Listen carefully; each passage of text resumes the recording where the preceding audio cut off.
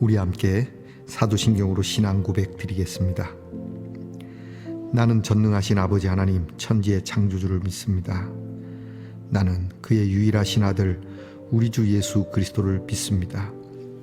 그는 성령으로 잉태되어 동정녀 마리아에게서 나시고 본디오 빌라도에게 고난을 받아 십자가에 못 박혀 죽으시고 장사된 지 사흘 만에 죽은 자 가운데서 다시 살아나셨으며 하늘에 오르시어 전능하신 아버지 하나님 우편에 앉아 계시다가 거기로부터 살아있는 자와 죽은 자를 심판하러 오십니다. 나는 성령을 믿으며 거룩한 공교회와 성도의 교제와 죄를 용서받는 것과 몸의 부활과 영생을 믿습니다. 아멘. 오늘의 찬송은 찬송가 312장입니다. 너 하나님께 이끌리어 찬송가 312장을 함께 부르겠습니다.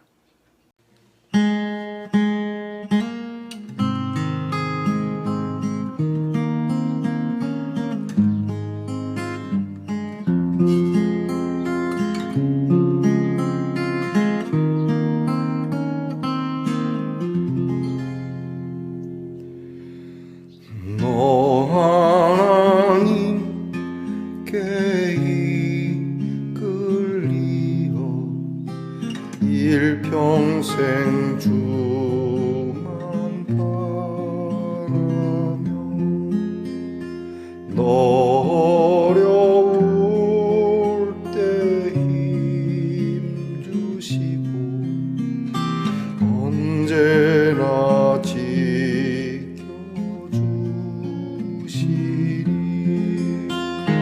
주 크신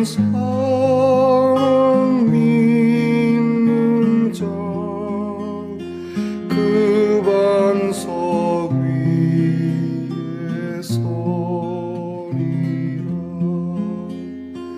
너 설레는 맘 가다듬고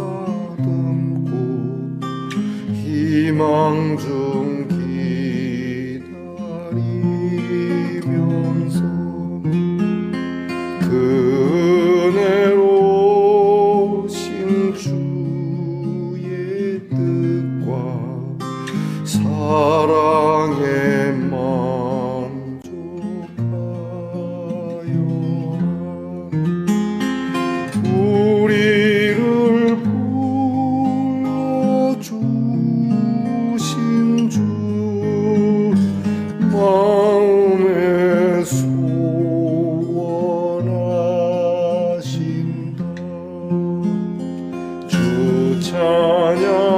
찬양하고 기도하며 내 본분 힘써다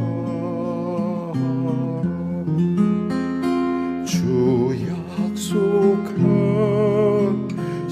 모든 은혜 내게서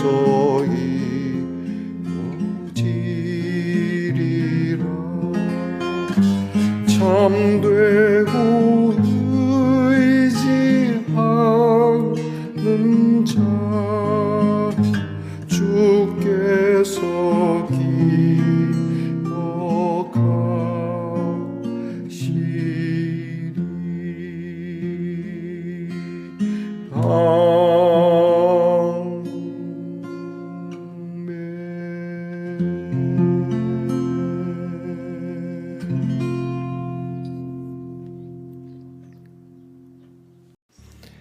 함께 고개 숙이셔서 기도드리겠습니다. 하나님, 자고 일어나 마음을 모아 하나님의 이름을 부를 수 있는 믿음을 주셔서 감사합니다. 늘 반복되는 기도 같기도 하고 그저 그러그러한 우리의 습관을 따라 앉는 묵상의 자리이긴 하지만 그러나 주님, 우리의 마음이 새롭기를 원합니다. 이 기도와 이 묵상을 통하여 힘을 얻기를 원합니다. 매일 먹는 밥이 그러하듯이 우리에게는 이 기도와 묵상이 매일 우리의 영의 밥의 시간이 되게 하여 주옵소서. 오늘도 설레이는 마음으로 소망을 품고 주님을 기대하는 마음으로 이 말씀 앞에 엎드리는 우리 말씀동산의 성도들이 되기를 원합니다. 많은 것이 우리에게 이루어지지 않아도 이미 베풀어 주신 구원의 은혜, 십자가의 은혜, 그리고 오늘 하루 하나님의 뜻이 나와 함께하고 있고 하나님의 사랑이 우리 안에 이루어짐에 만족하는 성도들이 되게 하옵소서. 우리를 부르시지 않았습니까? 우리를 불러주신 주님이 왜 내 마음의 소원을 모르시겠습니까? 그러니 오늘도 주님을 찬양하고 기도하고 오늘 내가 해야 할 본분에 힘쓰는 하나님의 사람 되게 하옵소서.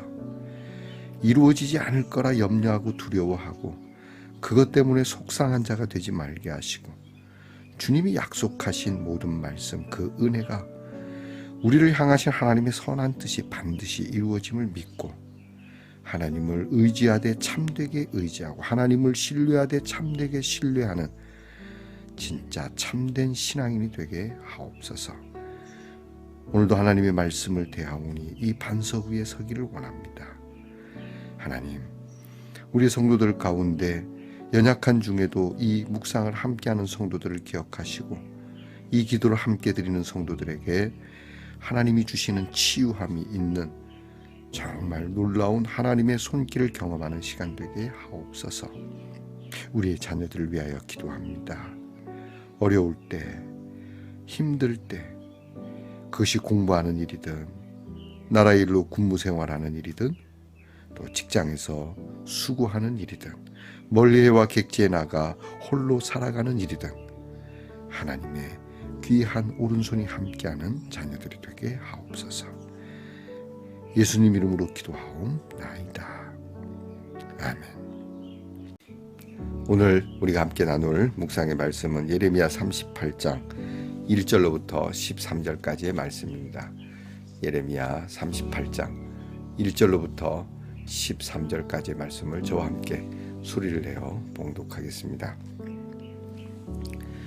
mat단의 아들 스바디아와 바수울의 아들 그다리아와 셀레미아의 아들 유갈과 말기야의 아들 바스훌이 예레미야가 모든 백성에게 이르는 말을 들은즉 이르기를 여호와께서 이와 같이 말씀하시되 이 성에 머무는 자는 칼과 기근과 전염병에 죽으리라.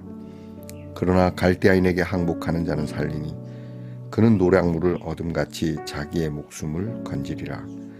여호와께서 이와 같이 말씀하시니라. 이 성이 반드시 바벨론의 왕의 군대의 손에 넘어가리니 그가 차지하리라 하셨다 하는지라. 이에 그 고관들이 왕께 아뢰되 이 사람이 백성의 평안을 구하지 아니하고 재난을 구하오니 청하건대 이 사람을 죽이소서. 그가 이같이 말하여 이 성에 남은 군사의 손과 모든 백성의 손을 약하게 하나이다. 시드기야 왕이 이르되 보라 그가 너희 손 안에 있느니라.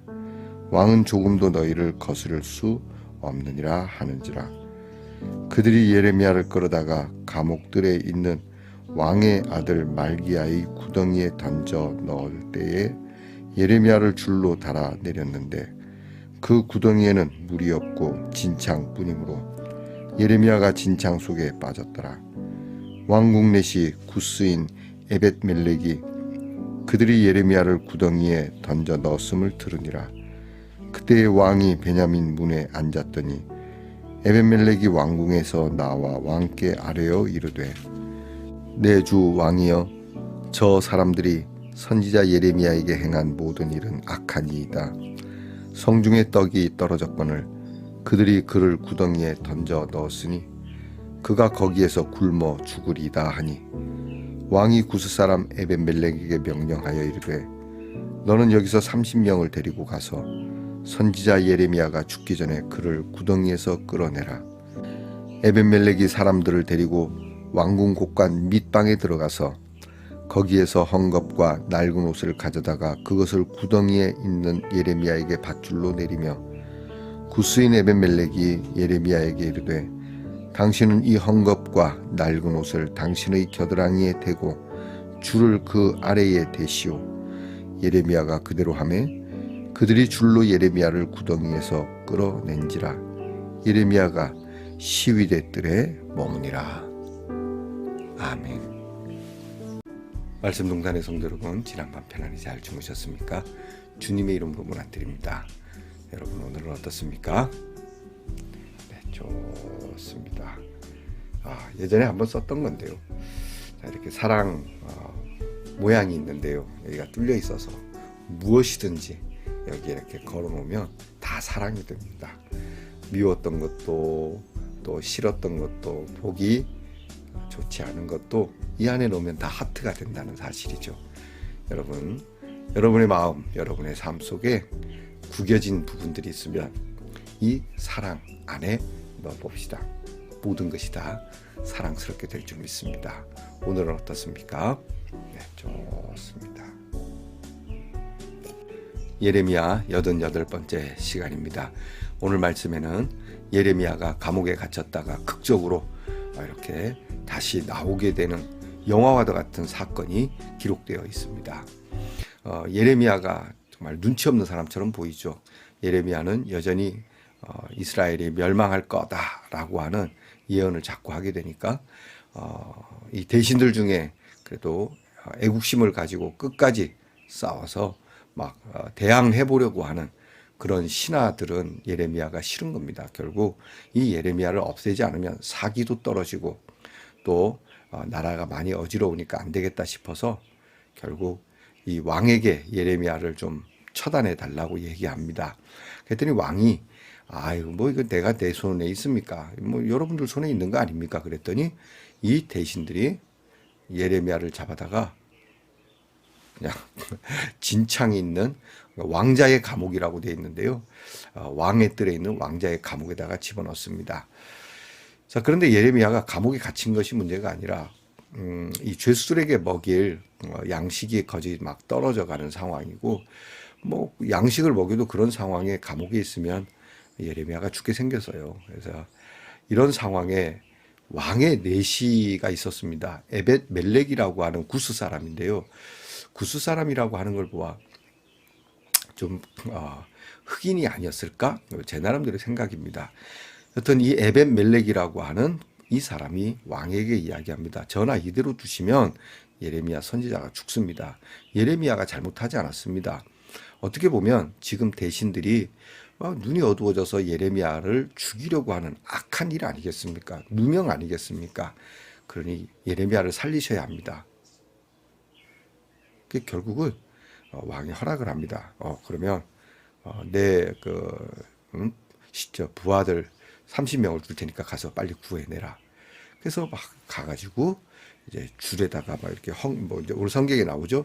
헌옷을 막 묶어갖고 끈처럼 묶어서 내려서 선지자님 지금 이 옷을 이렇게 겨드랑이에 끼고 딱 다리에 줄을 하고 그리고 저희가 끌어올릴 테니까 꼭 붙들고 계십시오.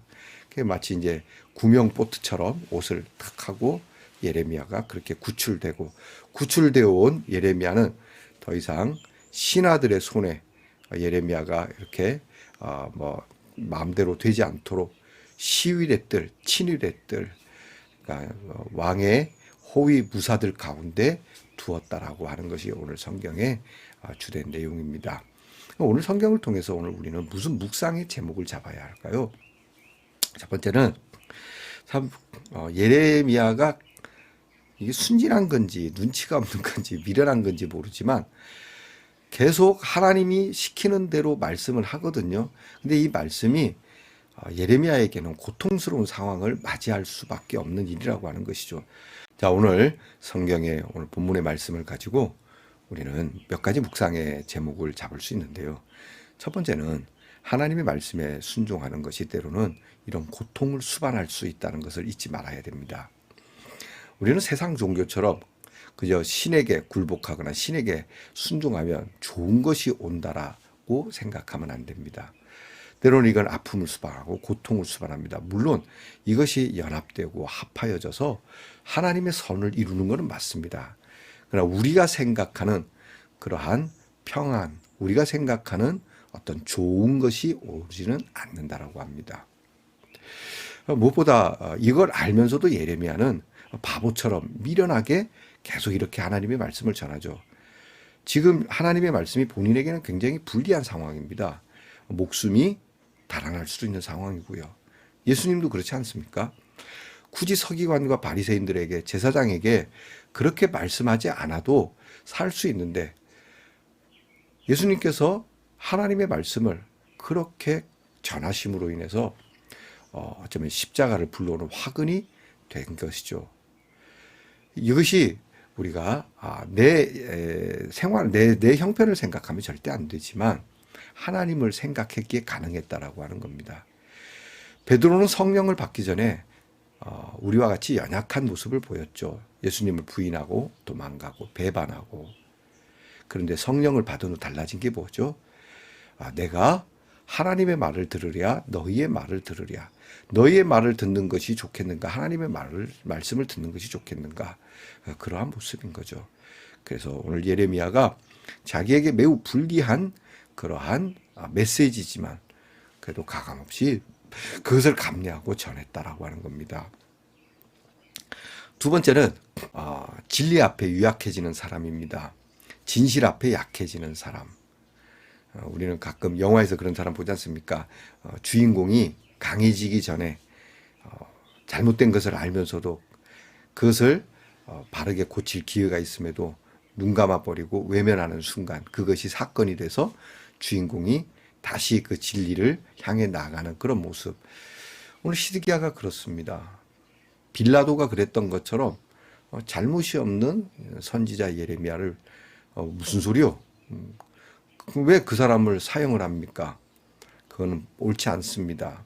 하나님의 말씀을 받아서 전한 선지자인데 그리고 그의 말대로 지금 국군이 그렇게 되어가고 있는데 라든지 그렇게 해야 되는데 불구하고 시드기야는 대신들의 그러한 뭐랄까 자꾸 막 쪼여오는 거죠. 왕을 자꾸 힘들게 하는 일에 못 견딘 것이죠. 당신들 손에 있으니 마음대로 하라. 빌라도가 그랬잖아요. 여러분들 손에 있으니 여러분들이 알아서 하라. 우리는 이렇게 하면 안 되죠. 오늘 우리가 하나님의 말씀 앞에서 우리는 눈 감아 버리는 일들이 많이 있습니다. 진리 앞에서 어떤 지역의 논리와 사상의 그러한 논리 가운데 빠져서 하나님의 말씀을 이렇게 묵과하고 또 분명히 옳은 걸 알고 바른 것을 알고 팩트를 알매도 불구하고 이런 것을 우리가 눈 감는 일이 있다는 것이죠. 세 번째는 하나님은 언제나 동역자, 협력자를 두신다는 것을 또 알게 됩니다. 에벳멜렉이라고 하는 사람인데요. 이 사람이 예레미야를 왕에게 다시 찾아가 하소연하고 건져내는 이 에벳멜렉이 아니었으면 예레미야가 좀 더 일찍 죽었을지 모릅니다. 에벳멜렉을 통해서 역사하시는 하나님. 여러분 주변에 이와 같은 분들이 있기를 축복하고 또 여러분이 이런 에벳멜렉과 같은 사람이 되어주기를 바랍니다. 늘 사람을 살리고 건지는 일에 하나가 돼야지 죽여버리자고 요즘 이제 선거철에 전 대통령을 죽이자 이런 얘기도 했다고 하는데요. 여러분 아무리 악한 사람이라 할지라도 막 죽이자는 얘기가 우리 그리스도인들의 입에서 쉽게 나오면 안 됩니다. 예수님은 죄인을 살리고자 오셨는데 우리는 죄인을 죽여버리자. 그가 죄인인지 아닌지도 모른 채 말이죠. 이게 얼마나 하나님 앞에서 잔인한 일입니까? 아니 될 일입니다. 우리는 사람을 살리는 협력자가 되어야 한다는 사실입니다. 끝으로 우리는 때때로 말씀과 오늘의 상황, 애국심과 신앙 사이에서 오해를 받을 수도 있습니다. 우리 하나님의 사람들이 이 나라 이 땅에서 외치는 것과 오늘 현 정치의 상황과 달라서 말이죠. 이게 판단력이 옳지 않아서 우리가 흐려진 판단을 가지고 말하는 애국심은 더 많은 사람을 고통의 지옥으로 몰고 가게 됩니다. 그래서 분별이 되게 중요합니다. 여러분 오늘 우리가 어떤 정치를 이야기하고 나라를 이야기할 때 내가 가진 판단력이 분명한가에 대해서 다시 물어봐야 됩니다.